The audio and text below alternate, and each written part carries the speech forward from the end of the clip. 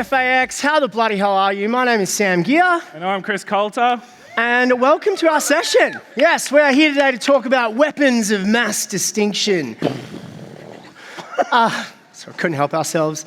Today's session has a really singular focus. We're here to try and elevate media thinking in this country and in this market. Today we want to set a new benchmark and a new ambition for Australia to become globally famous and to be the global centre of excellence for creativity in media and distinctiveness. And what today won't be is a boring Ehrenberg Bass session. I promise you that, despite the slide behind me. But we do need to also understand what is distinctiveness and how is that defined. So distinctiveness is elements that trigger the memory of a brand and all its attributes and associations, even when the brand name isn't there in front of you and there's no mention of that brand name. So if you're struggling to understand that, just think about that creepy guy in the office. Even though you might not be able to see him, you can feel him standing behind you, and you can certainly smell the distinctiveness of his cheap aftershave. Of course, this plays out in some of the world's most iconic brands and their logos, right? I'm sure you're all sitting there and everyone in the crowd today can name every single one of those logos on the screen without actually being able to see the entire asset. But the challenge is, as a media industry, we've been conditioned to think that all of this is the domain of the creative agency because, as you can see here, their colours, their sounds, their pretty pictures, and that all feels like it's the role of the creative to actually perpetrate. But if you actually look into the science behind this, you can see that advertising moments and style are actually some of the most effective levers to create distinctiveness and differentiation for brands. If you look at that, you're thinking behavior, placement, sponsorship, moment, partner, aka media strategy. And so that's what we want you guys to walk away from today, is when you think of some of the most iconic ways that we can grow our clients' brands, and you think about, in culture, some of the brands that have the most powerful associations, a lot of those are in fact media. We've all seen the HSBC air bridges. That is media. The KFC bucket heads, that is media. And if you think about arguably the most famous brand device of the last century, the Goodyear blimp, that is media itself. And who can't forget Australia's bodgy version that was flying around Bondi, the appliances online one. But what all these prove to us, and should prove for all of you, is that media can be as distinctive as the content that it distributes. And in fact, it should be. Our role in creating disproportionate gains for our clients is currently strangled by our industry dysmorphia. We are constantly thinking that our role purely is to deliver efficient reach, and frankly, it's not good enough. When media is as creative as the creative itself, that is when effectiveness happens. And that's what we should be striving for, guys. We have a label and a term that we use to describe this. Pretty simple. Distinctive media devices. This should be the ambition for every single person, every brand, and every media practitioner in this country. We should be looking at how do we create distinctive media devices, things we can invest in now and build equity in over the long term. You see some examples up there behind me. Whether it's a simple sponsorship like the Fresh Market updates from Woolies or the Tom Petrosky ComSec updates from CommBank. That's 15 years of equity in that one asset that we now immediately associate with it. For those that are interested, I think that's coming up in market. I think they're walking away from that. That is a mistake, CommBank. Any other competitors should be looking to snap that up. But why does it matter? I guess the proof is in the pudding, and it's really important that we bring science into this. It's not just good enough to say we want to do distinctiveness because it makes our job more fun. We have to prove it. And as you can see, distinctiveness matters. It drives attention, salience, and most importantly, it hits the bottom line. It drives revenue and genuine business outcomes. So distinctiveness is something that absolutely works. But the challenge that we face is that distinctiveness itself is declining. There's over $3.9 trillion, that's trillion with a T, that is spent in marketing assets and media that aren't truly distinctive. And it's getting continually worse as the industry starts to prioritise or continues to prioritise short-termism. And no matter what everyone says in this room, it's not all the client's fault. right? Like, we're as guilty as accelerating this as anyone else. You've got creative agencies creating new films every 6 months that we have to then distribute. We want to recommend new platforms, new social media channels, new formats, and we want to try and drive an innovation agenda for our clients. Which is, yes, we should definitely be continuing to do that, but not at the expense of actually lifting our head above all of the chaos and thinking about how we can use media to grow brands long term. We're too obsessed with fragmentation, we're too obsessed with personalization, screen size, all of that sort of stuff that we're diluting our impact.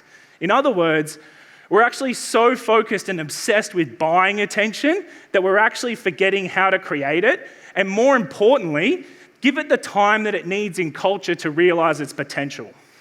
Time and time again, we see amazing examples of this. This is one of the most famous behind me, the Coca-Cola King's Cross billboard. I'm sure we've all stumbled past that at some point in our lives. Almost 50 years of investment and equity into that asset to make it now the number one most valuable out-of-home site in the country. And once you have that equity and that consistency in a distinctive media device, you can then play with it and you can start to give it a little bit of colour with cultural moments, as you can see behind me, whether that be for the marriage equality yes vote, or to celebrate your own heritage for 80 years of Coca-Cola, or most recently, to celebrate the World Cup success. Up the Tillies!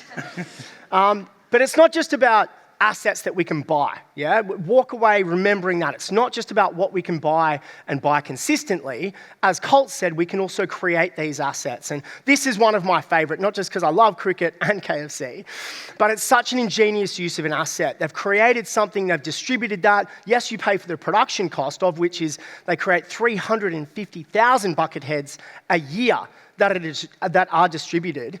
And for 13 years, they've done that. And we all immediately recognise it now in broadcast. And the earned potential of that is insane. $83 million in media exposure. And if you're keeping with cricket, a lot of you would have seen the NRMA Insurance cricket covers throughout this season of cricket. You know, you have no doubt the power and impact that thinking creatively about media can have. It's such a simple media device that, you know, basically was sitting there dormant for centuries, I could say pun intended, but immediately embedded the brand's unique brand of help in the sport, but also gave them disproportionate cut through relative to all other sponsors and other people playing in the game. In fact, it propelled the brand to the number 3 most recalled sponsor in their inaugural year, behind the likes of CommBank and KFC, who have had 2-decade head starts.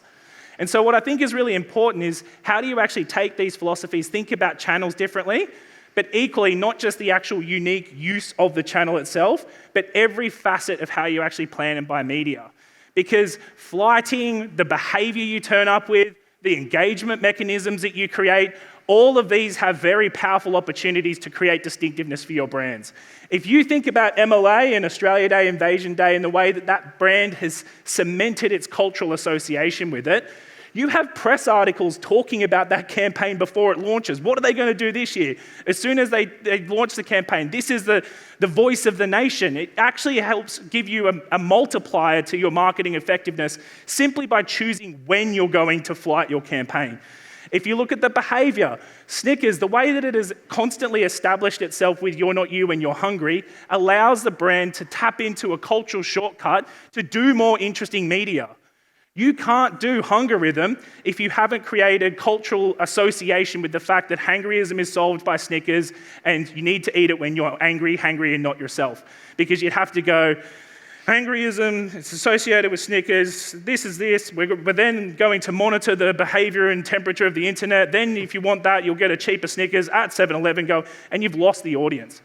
And then lastly, if you think about even just promotional activity, the most famous marketing promotion of all time, McDonald's Monopoly, doesn't have to come out every single year and tell people how to play. They can just build hype and excitement for that promotion. And it's a really powerful device. Effectively, it powers efficiency like nothing else, because you're not having to go out there and create an association, build enough exposure and recall that all of a sudden, you know, you've got to kind of build and spend all of this money to get just the base level of understanding. You can tap into that base cultural understanding, do things like teaser campaigns, shake up the format, and reap all the benefits off the back of it.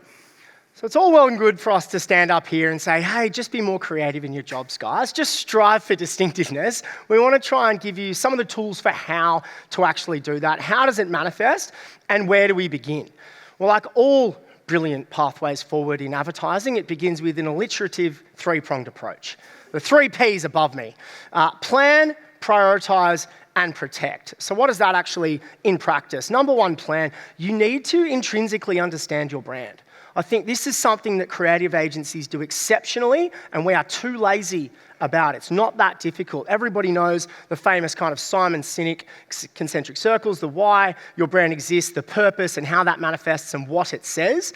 What we've built is essentially a distinctive media device framework for just expanding that out a little bit further to include some of those media moments that matter, right? So you start with why, the how, and we've also included not just the what you say, but where you show up consistently, when you show up consistently, and who with you are showing up with consistently, because all of those elements can create that distinctive media device. Let me show you that in practice as an example with Specsavers. So Specsavers, we all know, should have gone to Specsavers. Amazing creative. That's their push message, which is all about 2020 hindsight, right? That becomes exceptionally and infinitely more powerful when you start to bring it into hyper-relevant and consistent assets that media deliver. An incredible sponsorship where eyesight matters most, right? That's hyper-relevance, and it's consistency, and it's a media placement, whether that be the umpires or that example up here on the top left, which is one of the best examples in market of really distinctive creative matching equally distinctive and creative media coming together to deliver a distinctive media device. It's incredible work, and it's the type of work we should all be striving for. And then you've got to think about which one of these devices are you going to back and prioritize and defend over the long term. And so this is a framework that is used for distinctive brand asset prioritization. Usually you'll see things like logos, colors, and all of those sorts of taglines plotted on something like this. Simply, you can go along and you can start to plan your media activity and start to prioritize and see which ones are actually going to stand out more in market, which ones are going to give us disproportionate attention, which ones are more ownable and are more distinctive and therefore warrant greater investment. And on that point of greater investment, one thing that is exceptionally important when you're actually setting this agenda is to make sure that your measurement approach equally aligns with it, because what you can see here is an example of all of these different distinctive media devices. You know, some awesome ones there from even just like the IKEA bags. That in and of itself is a really powerful distinctive device. But a lot of these, their purpose is to build emotional memory structures and long-term associations with the brands. Good ones can do both. They can drive long-term association and immediate sales, but the primary benefit of this is long-term growth. So make sure you set the right measurement agenda with your clients. Think things like salience over sales, affinity over action, and even just equity over efficiency. Like, you can actually build media assets, as you saw with that Coke billboard, that is actually calculated in the brand's commercial equity ranking. So you can go out there and do this. You have the power to actually not just grow the brand, but the business with how you actually think about media. So plan, prioritize, and protect, guys. That is going to help us champion media creativity in this country. And I said it before and I'll say it again. We have exceptional talent in this country. We talk about sometimes having market dysmorphia because we're at the arse end of the world and we think, oh, they're doing all the good stuff in the UK and the US, and that is rubbish. We have the talent and thinking and capability in this market to genuinely be world leaders, and we've seen that time and time again with the work that we produce. So let's raise the bar and set a new benchmark, particularly for media, because we can absolutely mix it with the best of the creative agencies, and it's something that the creative agencies are dying and crying out for. They don't just want us to be an amplification or a distribution mechanism. We are so much more than just the value that we create through numbers. We can absolutely match it with creativity. So where do we go from here?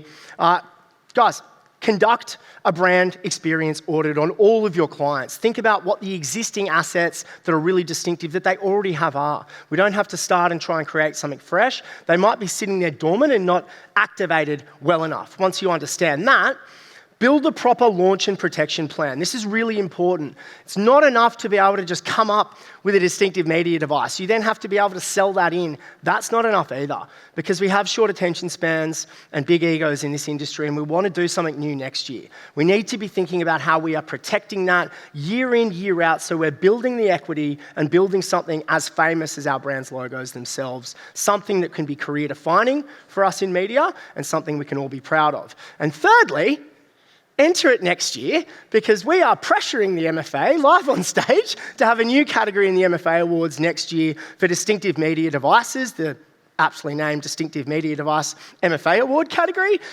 We'd love that to be something that we champion in this industry, and we come back here in 12 months with a brand new benchmark that we can all be really proud of. You would have heard Sophie say earlier on stage in her introduction, we wanted to practice what we preached and walk the walk on this today. So we've done our best in a short amount of time to try and create a distinctive media device for MFAX through the exchange wall. As you can see, it's just over there. Go and have your say. As she says, use the dots and create change for the future. It is thinking like this that will genuinely create change, not just for our industry and instill pride in our industry, but also for our clients' businesses. So thank you guys for the 15 minutes. We hope you enjoyed today.